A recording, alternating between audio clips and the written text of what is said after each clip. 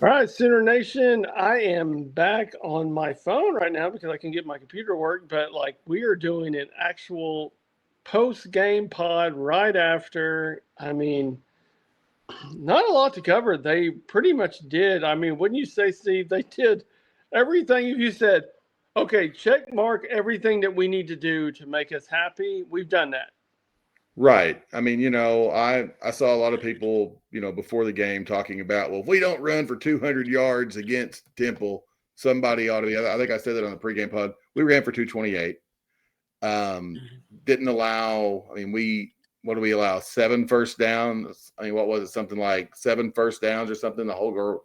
Maybe we had 7. We had more 3 and outs than they had first downs with our defense. The only thing still kind of funny is we just cannot get a turnover with our defense. I mean, even when the quarterback dropped it on there, we still just the ball squared away from us. But like I've said on previous pods, I'm a big fan of regression to the mean. So that's going to catch up. And the fact that's going to catch up in SEC play is exciting to me. So That's really fine. Yeah. probably the biggest I mean, negatives are what? R. Mason Thomas not being able to play the first half against Auburn, and then Keontae Lewis has a concussion in all likelihood. It looks like that, so might not have him next week either. do you think they're going to appeal the R. Mason to get I him into do. Penn State? I do too. I just don't like the call before. I forgot with Temple that didn't get called. I don't know the difference between both of those. That is, I think you can appeal that and get him there for Auburn, and they'll probably just make him serve for suspension against Kent State. Keontae Lewis, yeah, sucks, but also too, I think Javonte Gibson is a go for Auburn from all accounts of what he's doing in pregame. Don't you agree? I mean, I it think seems like so. he's moved. Plus, I mean, I know technically like Carry On is more like his backup, but thought there were some positive things we saw from Zion Kearney, especially today. Elijah Thomas got a little bit of run there, so I think we've shown some depth at the wide receiver. The guy from Temple just tackled Elijah Thomas when he tried to get behind him, but it was nice to see Mike Hawkins. Hawkins not afraid to throw it deep. Holy crap. It was just like the old either I run it or I chunk it as far as I can down the field Tecmo Bowl approach. So, maybe he's got some QB Eagles in him for our Tecmo Bowl fans. Hopefully there's some Rambling Randy Cunningham there for Hawkins going forward. But, man, no, lots and lots of positives. I mean, I was just telling Steve before we got on, I go, we pretty much check marked everything off the list that we needed to, other than me saying it was going to be 38-3 and they scored a touchdown instead of a field goal. Other than that, it's pretty good. I have also realized after making that prediction that I need to start betting more for football. My father-in-law was watching the game with me, and he goes, "Is there a reason why you don't bet on games?" And I said, "I guess I'm going to have to start." So Well, when I'm going you to do, be. you will You guarantee to call start me. getting it wrong. Yeah, call me Pete Rose. I'm going to start betting the hell out of college football games, at least OU games. But no, I really feel like you can't watch that game, and all I wanted to see is like how we responded to everybody telling us how great we are. And if you watched Michigan Central Michigan, Michigan won 63-3. I don't really give a crap how bad you think a football team is. You win by 60 points. You are a decent football team. Am I wrong by saying No, something like that? 100%. I mean, and one thing that made that made Michigan look even better too is, New Mexico, who we watched, not that UCLA is any good. We all understand that, but New Mexico goes and beats UCLA. That's who Michigan beat the week before. So, no, without a doubt, I think it was a positive day in Sutherland. Michigan looked good. Listen to these stats, Jeremy. We had 29 first downs. Temple had 7. We had 515 yards. Temple had 104.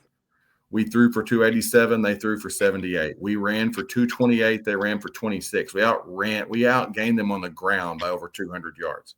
Mm-hmm. We had 3 penalties. They had 3 penalties. Time of possession, we won. That's just a dominating performance. This is kind of scary stuff. This is what really, really good teams do. I know. I'm watching. They don't play with their food. Yeah. I'm watching this. I'm like, okay, so like I'm trying not to get too optimistic, but this is the makeup of a football team that can make a run. Like, am I worried about Auburn? No, I am not. I'm sorry. I guess I should be because like they're going to come into it undefeated, ranked highly. Not ranked highly, but they're a top 15 team.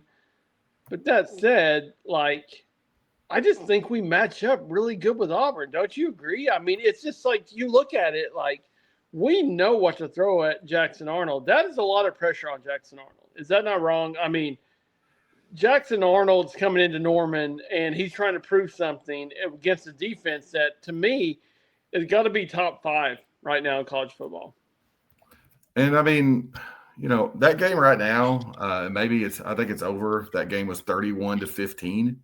So, I mean, yes, Auburn won today, but, looking at that, let's see, Jackson in that game was 13-24 for 143 yards. He ran it 10 times for 49. Jeremiah Cobb had 19 rushes, 119 yards. But, I mean, that's not a dominant offensive performance out of Auburn. And if I'm Hugh Freeze, and I guess Hugh Freeze like ripped the Auburn defense at halftime of that game on the interview, but the momentum is not trending toward them. It's trending toward us. And while it does stink like R. Mason may not be a part of it, I thought Marvin Jones Jr. had a really good game today. Thought he looked good. I think David Stone just continues to look more and more like a star every week. Just really, really positive things. I mean, I watched that think I got to tell my father-in-law, we were watching the game together, and he said, when you miss a tackle, you have 5 guys behind them ready to tackle him. Because I said something about like the good thing about Brent Venables' defense, they don't miss tackles. And as I said that, we missed a tackle, but we had 5 guys ready to hit him. It's just they are a swarming defense. And if you look at it, this is what Brent Venables promised us, right? I mean, he said, I'm going to have a swarming, suffocating defense. And that's what this defense is. I don't care who Michigan plays. They scored 63 points on a Division I team, on a team that you watched them play last weekend. And if we don't make mistakes, there's not a whole lot of points on the boards. One misalignment touchdown. And pretty much what we gave up last week. And I look at it this way too, like this defense is so deep. Yeah, R. Mason has to be out next weekend, the first half. Possibly. Are we hurting that bad? I'm not saying, and I'm not taking anything away from R. Mason. The guy is a NFL defensive end. But we are so deep on the defensive line. I've got a question for you, Jeremy. Who's our best player on defense right now? I mean, that's the point, right? I know. That's what I'm saying. There's so if you want to say it's R. Mason, that's valid. If you want to say it's, if Kip or, if you want to say it's Kip, that's valid. If you want to say it's Jackson, that's valid. If you want to say it's Stone from things that we've seen this year. I mean, do you want to say it's Gilroy? Because last week, did we even say Kendall Daniels' name today? Did the announcers even say it? Kendall Dolby was back today, and there wasn't much fanfare about it because there's just so many guys that can all make plays that it is like what you're saying. It's just it's exciting, but it's exactly what we've been recruiting towards. That's what I'm saying. It's basically what we were like. Nobody can say anything about Venables and what he has promised because he's given us what we have promised. Well, a guy should, in 4 years, a head coach should have what he's looking for, especially on his side of the ball. Absolutely. He does. 100%. And I think we do. Now, do we still have questions on the other side of the ball? Yes. And we've went almost 10 minutes into this pod. And I think a lot of people, it's probably their number one question about this game. What's going on with Jade Knott? Why was he the 4th running back? Why was he, not back on kick return? Why does it matter? Exactly. Sure. I care. It's weird to me. I spent all summer saying I think he's going to be the number one running back.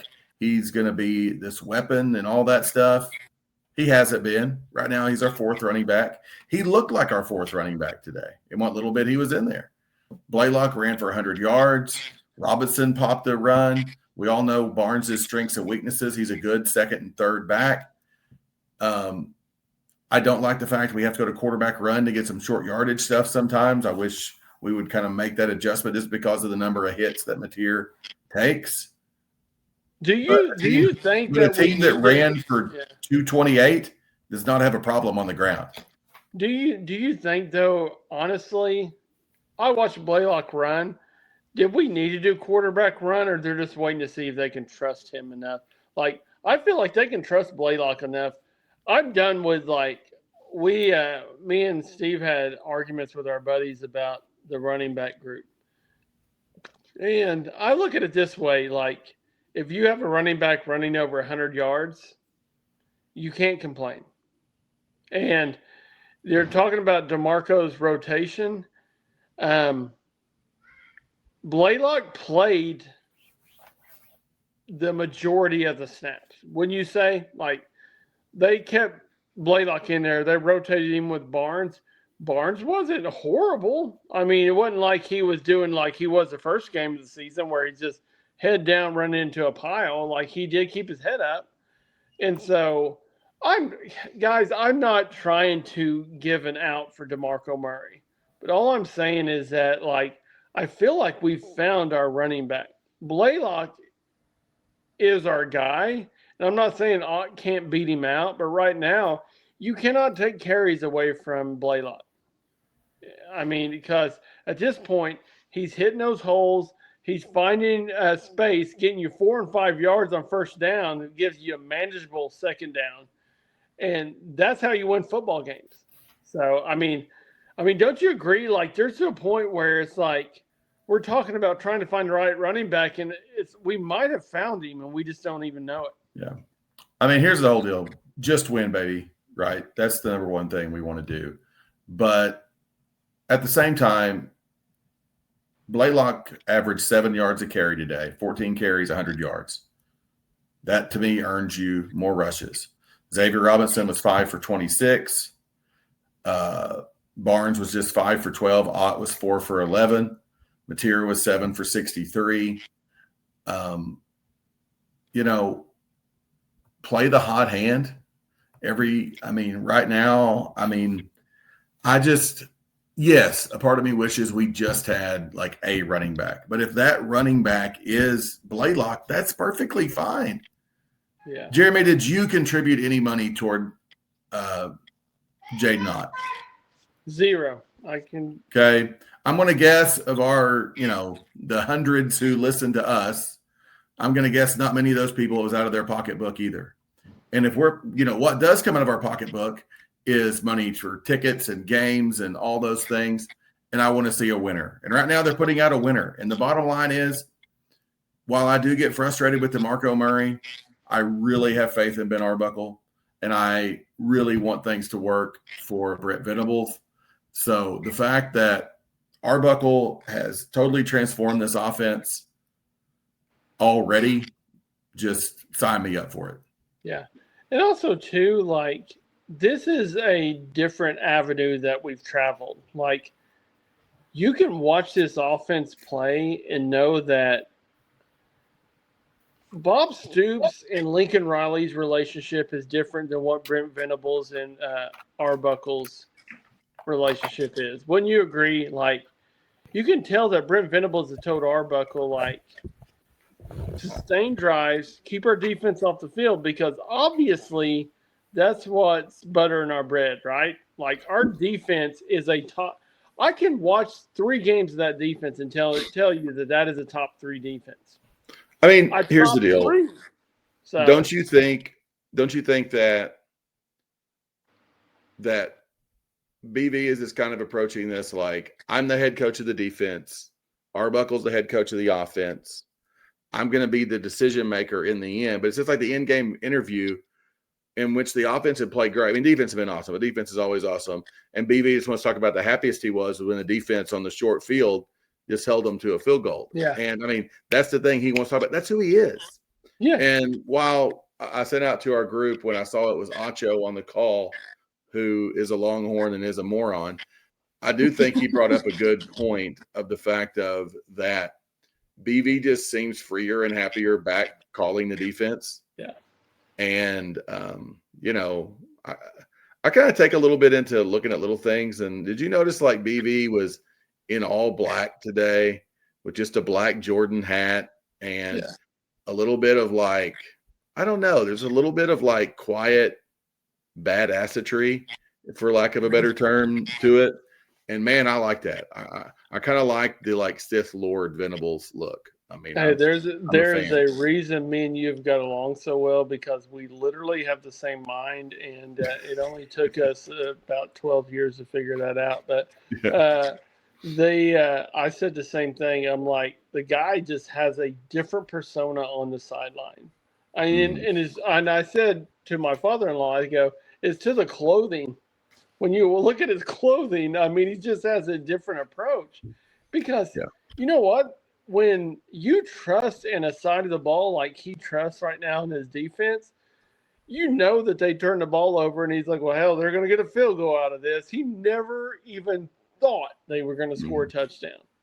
Because what did Temple show you that they were going to move the ball on us right now? They didn't.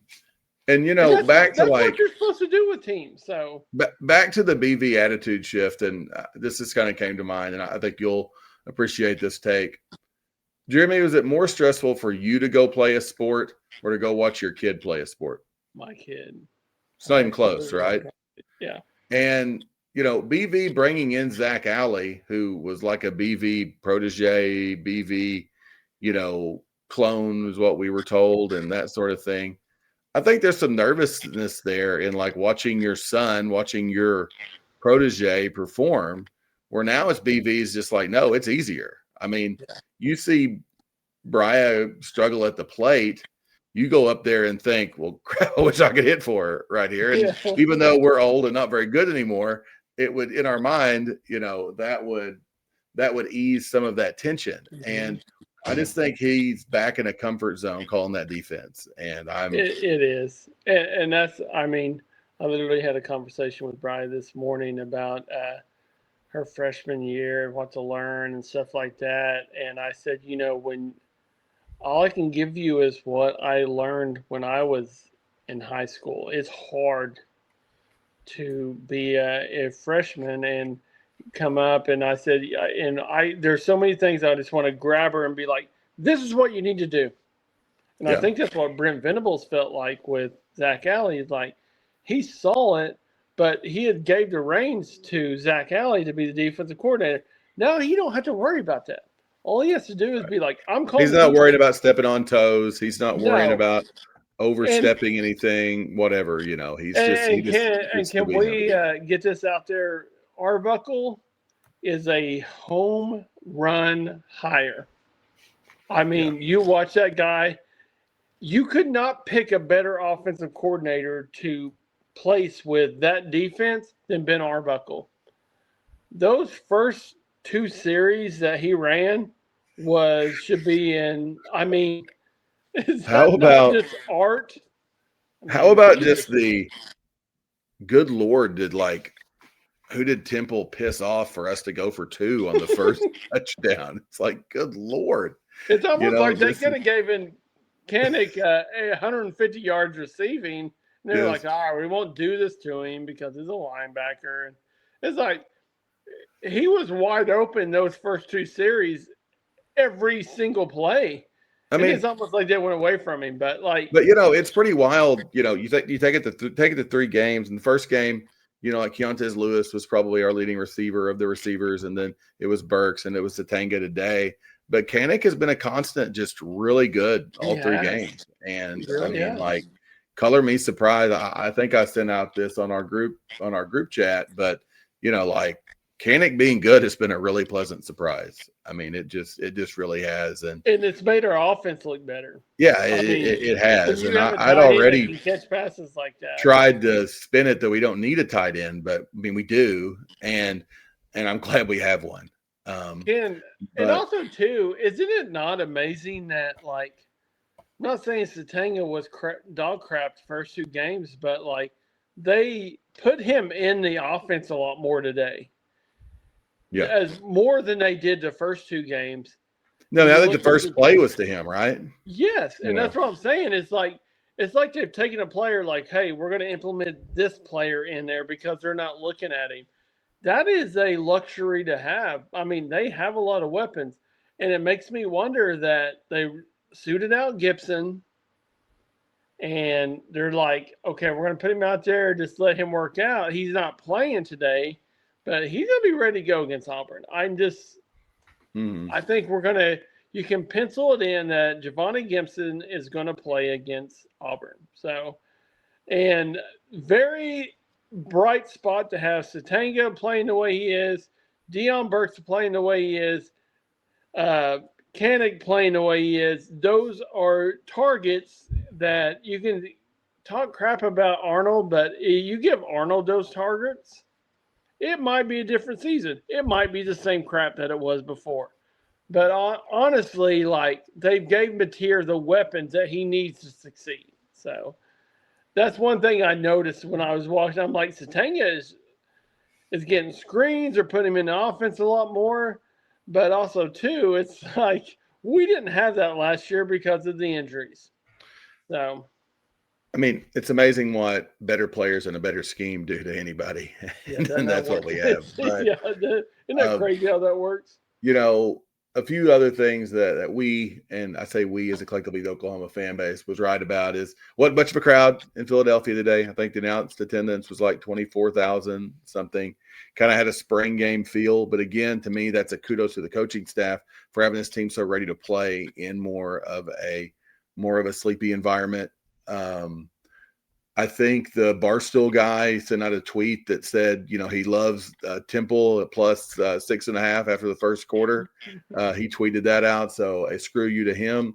A screw you to Kirk Herbstreit for saying that, like, just telling you in the third quarter, that game's going to be 17-17. Yeah. So love the fact that we're just chip on our shoulder. Oklahoma is just my favorite Oklahoma. Absolutely. And, there's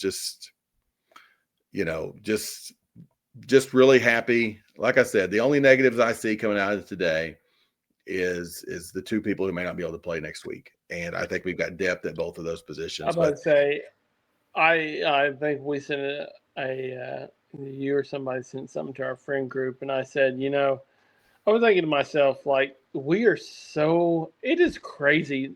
David Stone is making it look like thank God he came back. The dude is playing some good football. I mean, he's single-handedly showing that maybe we can turn a 5-star into something. So, thank you. And one more 5-star take. How about PJ and pass coverage on that one play there? They tried to go down to the corner with the tight end, and Acho just like talking about how tall the Tipple tight end was. I'm like, yeah, but he's got PJ on him, who's got an 8'4" reach. I tried to throw it over him, but thought he looked pretty decent in that. As I watch this defense, can Eli Bowen find his way on the football field right now? It's good problems to have, man. I mean, I think it's just going to create, And it's a very easy recruiting tool to have. I think the Scoop guys talked about this. When you're recruiting corners, you say, if you're good enough to play, you're going to be on the football field. Like Gilroy is on the football field, and he is, I mean, if you watch him and he keeps playing like this, he's a freshman All-American. Yeah. And I'll just kind of leave. It's probably my last kind of thought on this is just, I just want the same thing I just want the same thing that I'm seeing on defense from DeMarco Murray. And I think I'm seeing it today. Play your best players. That's what we're doing on defense. If Ott's not one of our best players, then all this is a moot point. It just is. Just It saw sounds like something. they Just saw a told you. quote on that. Brent said after the game, they wish Jaden Ott was a little further along in every way. Said they'd like to get him more involved because he could be a real weapon. Take that But as you why will. does it matter if Blaylock's running for over 100 yards? Maybe, and who knows? Here's the deal. If you're telling me Jaden Ott bust out in the OU Texas game, whoopee, if we need him. Yeah. But if you're telling me Blaylock runs for 125 and we win by 2 touchdowns in Dallas, yippee. I don't care. It doesn't matter to me. Hey, but before we Just get win, off, baby. I want to give you this example of this is probably like I've said many times. My daughter is a freshman and she's a pitcher, and it's a very hard spot. But I look at it this way: like I've said something to her about like having conversations with coaches about like what your role is. Blaylock is a freshman. If he's playing the way he is, there is no reason that he shouldn't be getting the brunt of the carries that he's getting right now. Am I wrong? Play your best players. Yes. And you could have Jaden Alt come in there and maybe he goes off in Texas. If he does in Red River, he goes off and has an Adrian Peterson type game, then yes, play him. But also too, Jaden Alt just got over 100 yards against Temple in a game that we said was a trap. A lot of people said was a trap game. My brother sent me a text message saying, "Our band's not traveling. This seems like a trap game." I go, maybe we should just sit back and wait. I think this is a very good football team. And what I watched today is a very good football team. And there's nothing that they show me today to make me think that any different. I think we are it has a Bob. Am I wrong to say that it has a Bob Stoops feel to this team? Well, I mean, to me, kind of what it does, kind of what it has a feel to me too is because I've been complaining about this some with the Bob teams are this is a little bit, and aggregate this. We need the followers. I don't mean that, but this kind of has that like Saban Bama thing too of like, God dang it, like they're into the whole rat poison thing and they're not reading their press clippings and they just go out and they're just mean, savage animals who just go for 2 in the freaking first touchdown against Temple. And I mean, guys, we had over 500 yards, gave up less than 100 yards. That's domination. I mean, this was my buddy, former player of mine, who some of y'all might know from Twitter, Keegan Renaud. Keegan sent out this tweet. This has a feel of a middle school AAU game that the better team knows they could press at any time and just turn the team over. And that's kind of what it felt like when OU brought pressure today defensively. Just when they want to turn the heat, they could get they could get a sack, they could get the stop. And my favorite Acho call of the day was one of the first 3rd and shorts that Temple had, and Acho's like, they need to keep it on the ground here, make sure they go pick up this first down. And they tried to run up the middle, and David Stone just absolutely godsmacks them back in next week. And Acho's like, ooh. I was like, yeah, nice call, idiot. He's like, never mind. Yeah. Check that. Maybe they shouldn't run that. Yeah. It is. We're getting the meat and potatoes of our schedule. Auburn, I talked about in the pregame. I tried not to, but this is our test. Yep. I mean, it is. I really think Jackson Arnold's going to struggle. I really do. It just seems like. And that's our teaser, folks, because you're not going to get a listen to all of our Jackson Arnold thoughts if you don't tune in until Wednesday. You're not, but it's just like we have I have thought about this game, but I wanted to see what we did with the success. And I would say you could check all the boxes of what we needed to do in this. We look like a well-coached, well-ran organization. Night and day. I mean, night and day coach team. And like I said, other than our hilarious inability to get a turnover, we almost had the fat guy touchdown in the end zone. We lay out for it. We don't catch that, but that's going to come. That dam's going to break. So. I know, but really you look at it and it's like for the what we won by, and they're like, we have covered every spread, haven't we?